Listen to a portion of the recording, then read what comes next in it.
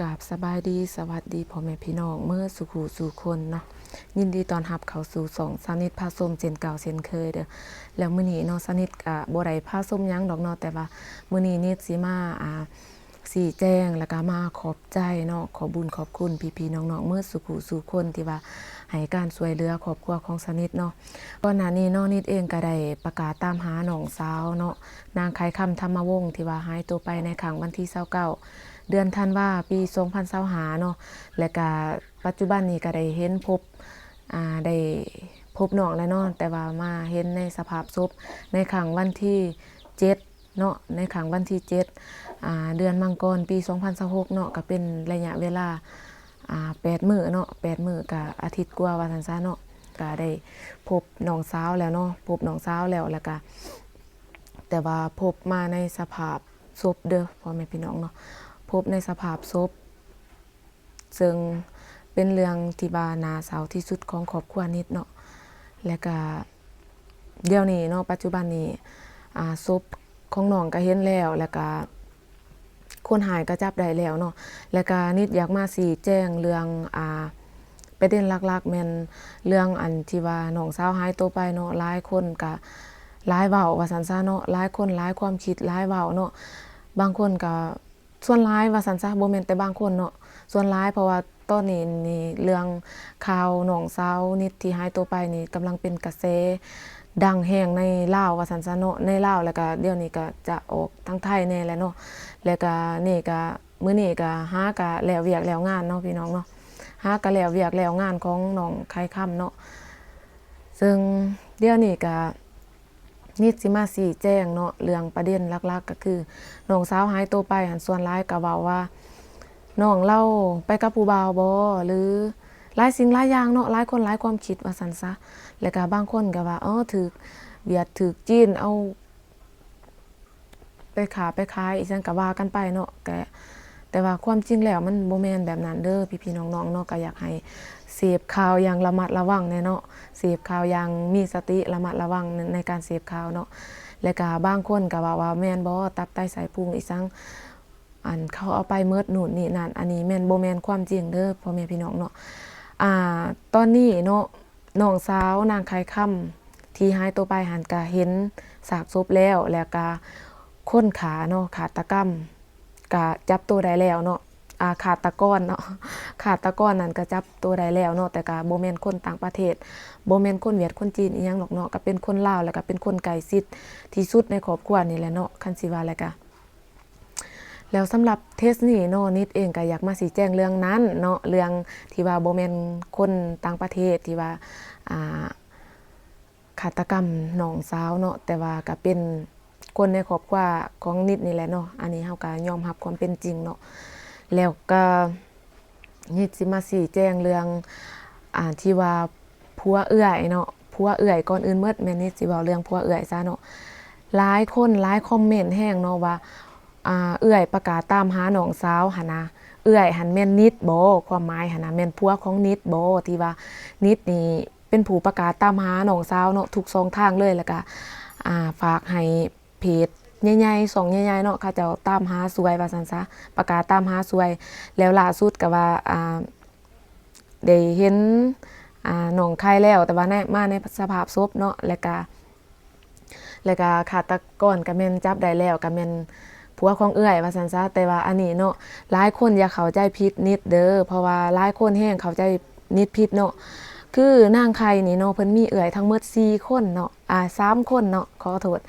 มีทั้งหมด3คนแล้วก็4กับนางไข่เนาะแล้วบัดนี้เอื้อยน่ะนิดหันเป็นเอื้อยผู้ที่2เนาะแล้วสำหรับผัวเอื้อยที่ว่าฆาตกรรมหันบ่แม่นผัวของนิดเด้อเพราะว่า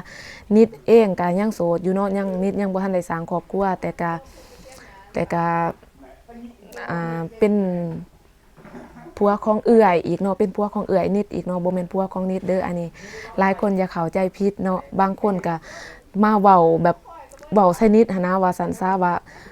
เป็นผู้ประกาศตามหาแท้ๆเอาไปเอามาซัวคักแนวนั้นแนวนี้นะว่าผัวตัวเองขายหยังนะอันนี้บ่อยากให้ทุกคนเข้าใจนิดผิดเนาะเพราะว่านิดยังบ่ทันได้มีผัวเพราะว่านิดเองยังบ่ทันได้สร้างครอบครัวว่าซั่นซะบ่แม่นผัวของนิดเด้อแต่ว่าอันนี้เป็นผัวของเอื้อยเนาะเป็นผัวของเอื้อยอีกแต่ว่าเฮาสิบ่ สีแจงดอกว่าแม่นผัวของไผเนาะแต่ว่าคนในขอบเขตนี้ก็น่าจะฮู้เนาะแต่ว่าคือตอนนี้เฮาก็บ่อยากตอกย้ำซ้ำใจเลาหลายเนาะคนที่น่าเห็นใจที่สุดเนาะก็คือคนในครอบครัวนิดและคนที่น่าเห็นใจอีกที่สุดนั่นก็คือเอื้อยของนิดเนาะเพราะว่าน่าเห็นใจอยู่บ่อนใดบ่เพราะว่าเอื้อยเนาะเราบ่ฮู้อิหยังว่าซั่นซะบ่ฮู้อิหยังเลยหันนะแต่ว่าสิเฮ็ดจังไดเนาะทางนี้ก็น้องสาวและทางนี้ก็ผัวเนาะและเล่าอีกหันนะก็ลูกน้อยอีกเนาะกำลัง3เดือนนะเราต้องแบกรับภาระอีสังทุกสิ่งทุกอย่างแล้วเราคนที่เสียใจที่สุดก็คือเอื้อยเนาะเข้าใจหัวอกของเราเลยตัวนี้แหละนิดก็บ่อยากให้ทุกคนไปเว้าอีหยังให้เอื้อยเนาะบ่อยากให้เว้าอีหยังให้มันกระทบกับแทกแดกดันจิตใจเราแหละเพราะว่าทุกมื้อนี้เราก็เสียใจจนสิเสียเส้นเสียเอ็นแล้วเนาะคนในครอบครัวนิดนี่จนแบบว่ากินบ่ได้นอนบ่แซ่บว่าซั่นซะเนาะทุกมื้อนี้ก็บ่จักสิเฮ็ดแหล้วเนาะสิเฮ็ดจังไดก็ยอมรับโชคชะตาของเราแบบนี้ว่าซั่นซะเนาะแล้วก็เทศ2แม่นนิดก็อยากมาขอบใจเนาะก่อนอื่นหมดนิดก็อยากกราบขอบใจขอบบุญขอบคุณพี่ๆน้องๆมื้อสุขุสุคนเนาะมีแต่คนใจดีมีแต่คนใจบุญว่าซั่นซะตั้งแต่นิดประกาศตามหาน้องสาวแล้วเนาะตั้งแต่นิดประกาศตามหาน้องสาวแล้วหลายคนก็หลายไลฟ์เว้าไลฟ์แซ่นะเนาะแซ่ซวยนิดบ่ว่าสิส่งทางใดก็ตามแต่เนาะอันนี้แม่นเพิ่นซวยเพื่อตามหาน้องไข่เนาะน้องสาวของสนิทเนาะเพิ่นก็ซวยแซ่ซวยกดไลค์คอมเมนต์ซวยแซ่ซวยอันนั้นเนาะจนเป็นข่าวดังในลาวเลยก็ว่าได้ในตอนนี้เนาะแล้วบัดนี้เนาะนิดก็ขอบใจเนาะอยากขอบใจตั้งแต่เริ่มต้นนั่นแหละขอบใจพี่ๆน้องๆเมื่อสุขุสุคนที่สวยแซ่ตามหาสวยกันเนาะจนมาทอมือเห็นศพเนาะมือเห็นศพแล้วนิดก็ได้มาประกาศทางส่องทางโลกโซเชียลเนาะก็คือประกาศว่าเห็นน้องไข่แล้วเด้อแต่ว่าเห็นในสภาพศพแบบนี้เนาะก็มีหลายภาคส่วนแห่งเนาะที่ว่ามาร่วมเฮ็ดบุญมาร่วมกินทานนำว่าซั่นซะแล้วสำหรับเทศนี้เนาะนิดก็สิมาสรุปเนาะสิมาสรุปเรื่องรายรับเนาะเรื่องเงินช่วยเหลือกินทานแบบนี้นะก่อนอื่นเมื่อนิดก็อยากขอบใจพี่ๆน้องๆบ่ว่าสิเป็น FC ของสนิททางฝั่งลาวเนาะทางฝั่งไทยและเมืองนอกเนาะสหรัฐอเมริกาเนาะเพิ่นช่วยโอนช่วยในงานของน้องไข่ครั้งนี้เนาะและที่สำคัญแม่นพี่ๆน้องๆชาวแขวงเซกองเนาะมืดสุขูสุคนเด้อบ่ว่าสิเป็นญาติพี่น้องหรือว่าหมู่คู่ที่นับถือมืดสุขูสุคนเนาะที่ว่าช่วยในงานศพของน้องไข่เนาะแล้วสำหรับรายได้ในงานศพของน้องไข่อันนี้แม่นเฮาบ่ได้รับบริจาคเด้อพี่ๆน้องๆเนาะแม่นนิดแล้วก็ของครอบครัวนิดแม่นบ่ได้รับบริจาคช่วยเหลือเนาะแต่ว่าเฮารับเฉพาะแบบว่าคนที่มีน้ำใจเนาะมีจิตใจแบบว่าอยากเฮ็ดบุญอยากกินทานน้ำแบบนี้นะอยากมาแต่ว่าบ่ได้มาเพิ่นก็โอนเนาะผู้ละ50ผู้ละแสนนึงผู้ละ200,000 300,000ก็พุ่นแหละเนาะจนถึงขั้นล้านหรือว่า2-3 ล้านพุ่นแหละเนาะก่อนอื่นหมดนิดก็อยากขอบใจเนาะแล้วก็นิดก็สิมาสรุปเนาะรายได้ในการเฮ็ดบุญในครั้งนี้เนาะก็คือในงานศพของน้องไข่นี่ในครั้งนี้เนาะถือว่าน้องไข่ก็เป็นคนโชคดีเนาะมีบุญเพราะว่ามีคนช่วยเหลือหลายแห่งเนาะคนเมตตาสงสารเรานะช่วยเหลือเราหลายเนาะก็ก่อนอื่นหมดนิดก็สิมาเว้าเรื่องจำนวนเงินเนาะที่ว่าได้ในงานของน้องไข่เนาะก็เป็นเงินสดก็อยู่ที่36,680,000เนาะแล้วสำหรับเงินโอนแม่น32,120,000 กีบเด้อแล้วก็รวมๆก็แม่น68 ล้านแล้วก็800,000 กีบเนาะเกือบก็สิว่าอะไรก็เกือบ70 ล้านเนาะเกือบ70 ล้านกีบคันเงินไทยก็แสนกว่าๆเนาะแสนกว่าๆประมาณแสนกับ 2,000 เนาะประมาณแสนกับ 2-3,000 ประมาณนี้เลยเนาะนิดก็บ่คิดบ่ออกตอนนี้เนาะบ่ฮู้ว่าประมาณเท่าใดเงินไทยเนาะแต่ว่าเงินกีบแม่น68 ล้านกับ800,000 กีบเด้อเนาะอันนี้เนาะแล้วก็สำหรับเงินทั้งหมดทั้งมวลที่ว่าพี่ๆน้องๆเนาะช่วยเหลือในการจัดพิธีเนาะหรือว่า ช่วยเหลือในการเฮ็ดบุญกินทานอีหยังแบบนี้เนาะทุกสิ่งทุกอย่างแม่นนิดก็ได้ใส่ใจในการเฮ็ดบุญในครั้งนี้เนาะแล้วก็บ่ว่าสิเป็นทางสากศพอีสังทางถาดทางอีหยังเนาะใส่ใจในหันก็หมดประมาณ ประมาณ30ปลายล้านเนาะประมาณ30ปลายล้านแหละส่วนที่เหลือเนาะส่วนที่เหลือแม่นนิดก็ยังสิมีน้ำจิตน้ำใจให้ทางเจ้าหน้าที่อยู่เนาะแต่ว่าก็บ่แน่ใจว่าเพิ่นสิรับหรือบ่เนาะแต่ว่าเฮาก็มีน้ำจิตน้ำใจนะแล้วก็เพราะว่าก่อนสิได้เนาะก่อนสิได้ซากศพมาก่อนสิได้ฆาตกรมาแบบสิเนาะก็ความสามารถของเจ้าหน้าที่เด้ออันนี้นิดกราบขอบใจเนาะกราบขอบใจแทนขอบแทนความเมื่อสุขูสุคนเนาะกราบขอบใจพี่